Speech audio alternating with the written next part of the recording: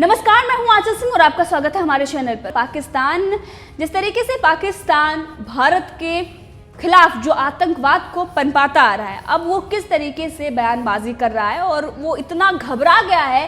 सिर्फ और सिर्फ 5 राफेल अभी आए हैं, लेकिन पाकिस्तान की नींद उड़ गई है। पाकिस्तान किस तरीके से दिन रात अब वो सिर्फ और सिर्फ हिंदुस्तान के ही खिलाफ मोर्चे खोल रहा है। अपनी जो उसकी खुद की जो प्रॉब्लम्स हैं उसको वो साइड कर रहा है। किस तरीके से उसकी पूरे देश में जो बेरोजगारी है, जिस तरीके की भुखमरी है, उस पर वो बात नहीं कर रहा है। कर्ज में वो डूबा जा रहा है। सऊदी अरब जैसे तमाम ऐसे देश हैं जो उसको बार बार उसको चेतावनी दे रहे हैं। अगर आज भी वो अपने इन हरकतों से बाज नहीं आएगा तो उसके लिए मुश्किलें आने वाले दिनों में बढ़ती ही जाएंगी। चाहे वो कश्मीर के मुद्दे पर जो वो तमाम अपना प्रोपेगेंडा भारत के खिलाफ फैलाता और वहीं पर जो आतंकवाद को वो फैलाता है, इस पर अब ये साफ हो गया कि दुनिया भर के देश उसको इस बात के लिए फटकार रहे हैं। लेकिन पाकिस्तान है कि वो बाज नहीं आता है। चाइना के रहमो करम पर जीने वाला पाकिस्तान किस तरीके से गिदड़भपकी दे रहा है। पाकिस्तान ये कह रहा है कि 5 राफेल ले आए या फिर 500 राफेल ले आए, हम तैयार हैं भारत से लड़ने के लिए। राफेल आए या S-400, हम तैयार हैं भारत से लड़ने के लिए। लेकिन ये वही पाकिस्तान है जिसके खाने के लाले पड़ रहे हैं।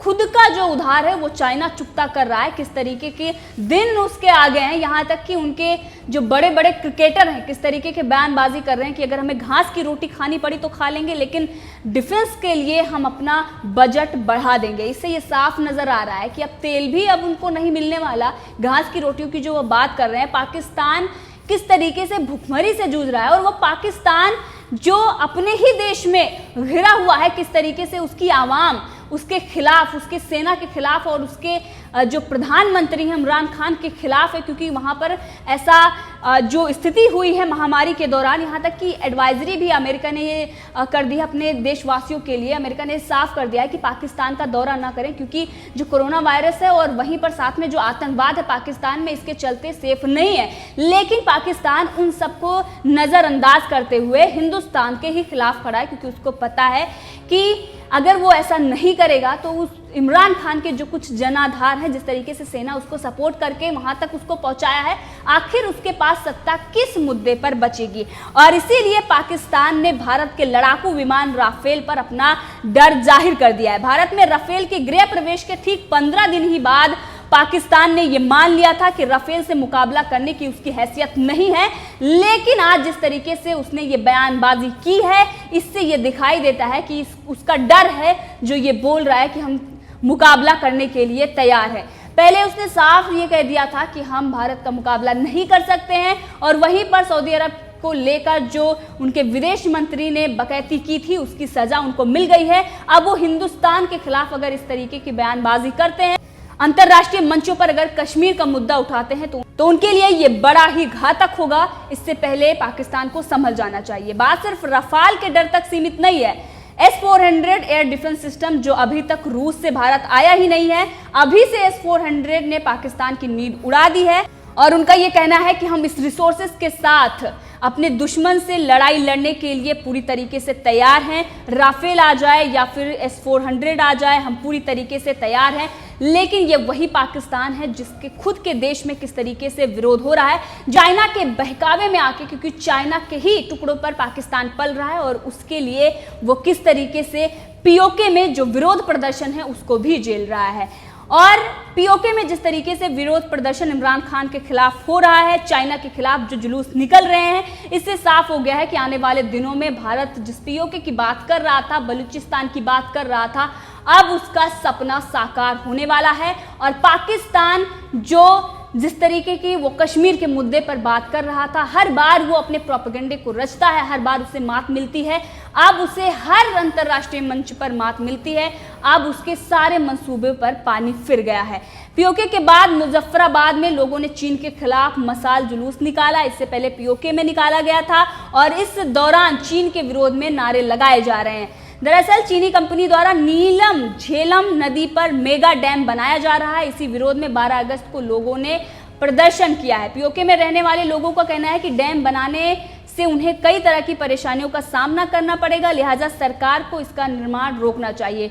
गुलाम कश्मीर के एक्टिविस्ट डॉक्टर अमजद मिर्जा ने भी इस पर बताया। उन्होंने कहा कि नीलम झेलम नदी अब एक नाला बनती जा रही है और स्थानीय लोगों के पास पीने का पानी नहीं है। चीन पाकिस्तान इकोनॉमिक कॉरिडोर के नाम पर हमारे प्राकृतिक संसाधनों का दोहन किया जा रहा है।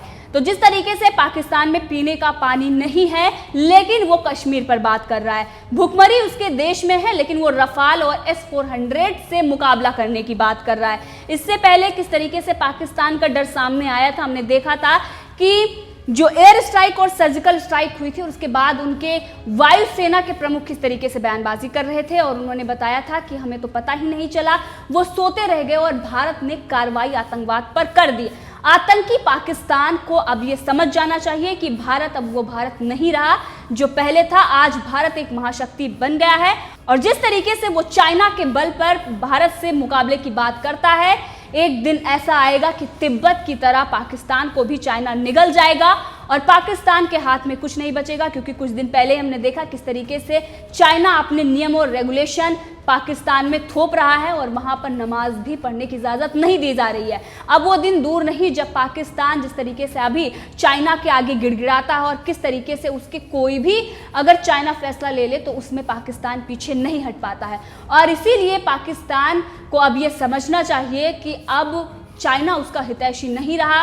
पूरी दुनिया में चाइना जिस तरीके से अलग थलग पड़ा हुआ है, पाकिस्तान भी पड़ रहा है। यहाँ तक कि इस्लामिक कंट्रीज जो है वो भी पाकिस्तान के साथ नहीं है इस वक्त। तो पाकिस्तान को बेहतर यही होगा कि आतंकवाद को वो बढ़ावा देना बंद कर दे और भारत के खिलाफ जिस तरीके से वो जहर उगलता है और दुनिया में शांति स्थापित करने के लिए चाइना के सर पर काम करना बंद करके उसे अब हिंदुस्तान से पंगे नहीं लेना चाहिए। तो ये नसीहत पाकिस्तान के लिए और वहीं पर चाइना के लिए। जिस तरीके से राष्ट्रपति रामनाथ कोविंद ने चाइना को लेकर बयानबाजी की है, 15 अगस्त से पहले राष्ट्रपति रामनाथ कोविंद का चाइना को लेकर बड़ा बयान आया। उन्होंने कहा है कि चाइना को मकूल जवाब दिया जाएगा, यानी कि जिस तरीके की विस्तारवादी नीति चाइना की रही है, इससे पहले भी प्रधानमंत्री, रक्षा मंत्री और जिस तरीके से सेना ने कहा है कि हमारी सेनाएं तैयार हैं, कभी भी चाइना अगर कोई भी हरकत करता है तो उसको उचित जवाब दिया जाएगा। लेकिन जो 15 अगस्त से पहले राष्ट्रपति रामनाथ कोविंद, ये बहुत ही महत्वपूर्ण है, उन्होंने जनता को संबोधित करते हुए उन्होंने कहा है कि प्यारे देशवासियों, आज विश्व समुदाय वसुधैव कुटुंबकम अर्थात समस्त विश्व एक ही परिवार है कि उस मान्यता को स्वीकार कर रहा है जिसका उद्घोष हमारी परंपरा में बहुत पहले ही कर दिया गया था। लेकिन आज जब विश्व समुदाय के समक्ष आई सबसे बड़ी चुनौती से एकजुट होकर संघर्ष करने की आवश्यकता है, तब हमारे पड़ोसी ने अपनी विस्तारवादी गतिविधियों को चालाकी से अंजाम देने का दुस्साहस किया है। सीमाओं की रक्षा करते हुए हमारे बहादुर जवानों ने अपने प्राण न्यौछावर कर दिए। भारत माता के वो सपूत राष्ट्र गौरव के लिए ही जिए और उसी के लिए मर मिटे। पूरा देश गलवान घाटी के बलिदानियों को नमन करता है। हर भारतवासी के हृदय में उनके परिवार के सदस्यों के प्रति कृतज्ञता का भाव है। उनके शौर्य ने यह दिखा दिया है कि यद्यप हमारी आस्था शांति में है, फिर भी यदि कोई अशांति उत्पन्न करने की कोशिश करेगा तो उसे मकूल जवाब दिया जाएगा। हमें अपने सशस्त्र बलों, पुलिस तथा अर्धसैनिक बलों पर गर्व है जो सीमाओं की रक्षा करते हैं और हमारी आंतरिक सुरक्षा सुनिश्चित करते हैं। साथ ही उन्होंने कोविड-19 से लेकर तमाम ऐसे मुद्दों पर देशवासियों को संबोधित किया और उन्होंने बताया कि किस तरीके से सरकार ने जो काम किए हैं इस महामारी के बीच में उसी का नतीजा है। जिस तरीके से आज हम अगर बात करें तो इतनी घनी आबादी होने के बाद भी देश आज सुरक्षित है और किस तरीके से जो हमारे सैनिक हैं, चाहे वो बॉर्डर पर हो या फिर अस्पताल में हो, किस तरीके से वो अपने संघर्ष में जुटे हुए हैं। साथ ही उन्होंने जो प्राकृतिक आपदाएं आए उसके बारे में भी बताया। लेकिन जो उन्होंने चाइना को लेकर ये संबोधन किया, इससे ये साफ संदेश जा रहा है कि चाहे वो प्रधानमंत्री हो या राष्ट्रपति हो या सेना हो, जो उन्होंने चाइना को सीधा संदेश दिया है, इससे ये साफ हो गया है कि आने वाले दिनों में चाइना अगर कोई भी हरकत करता है तो उसको उसी की भाषा में सिखाया जाएगा। वहीं अगर बात करें तो और वहीं पर कुछ ऐसे कांग्रेस के नेता हैं जिन्होंने प्रधानमंत्री को लेकर सवाल उठाया था। उन्होंने कहा था कि चाइना का नाम नहीं लिया, इस पर भी वो राजनीति कर सकते हैं, लेकिन उन्होंने साफ कर दिया है कि जो हमारे पड़ोसी देश हैं जिन्होंने विस्तारवादी नीति अपनाई है, तो ये साफ हो जाता है कि चाइना को ही उन्होंने कहा है। लेकिन इस पर कांग्रेस ने जैसे पहली राजनीति की है, अभी भी कर सकते हैं, लेकिन राष्ट्रपति का ये जो उनका संबोधन आया है ये बहुत ही महत्वपूर्ण है, क्योंकि 15 अगस्त के पहले जो उन्होंने जनता को संबोधित किया है, जिस तरीके से उन्होंने जनता को पॉजिटिविटी से भरा, क्योंकि उन्होंने कहा कि तमाम ऐसी स्थितियां आई हैं इस महामारी के बीच में, लेकिन सरकार जिस तरीके के कदम उठाए हैं और जिस तरीके से देश में जो हमारे कोरोना वॉरियर्स हैं, चाहे वो सैनिक हो या फिर हमारे हॉस्पिटल में काम करने वाले डॉक्टर हो, तमाम पैरामेडिकल से लेकर जो कोरोना वॉरियर्स हैं, सबका उन्होंने सम्मान किया है। और इससे यह दिखाई दे रहा है कि आने वाले दिनों में हम कोरोना वायरस से लड़ाई लड़कर रहेंगे। और इसी के साथ पाकिस्तान को भी अब ये समझ लेना चाहिए कि S-400 और राफेल से मुकाबला करने की उसकी हैसियत नहीं है, और इस पर बयानबाजी ना करें तो यही बेहतर होगा। और भारत महाशक्तिशाली देश है और उसके सामने चाइना भी कुछ नहीं है। पाकिस्तान को बीच में आने की कोई ज़रूरत नहीं है, क्योंकि पाकिस्तान तो अगर चाइना और भारत के बीच में आया तो उसकी बर्बादी तय है। इस मुद्दे पर आप भी अपनी राय रख सकते हैं, कमेंट करके ज़रूर बताएं। अगर आपने अभी तक चैनल को सब्सक्राइब नहीं किया है तो कर लें, ताकि हर अपडेट आप तक पहुंचती रहे।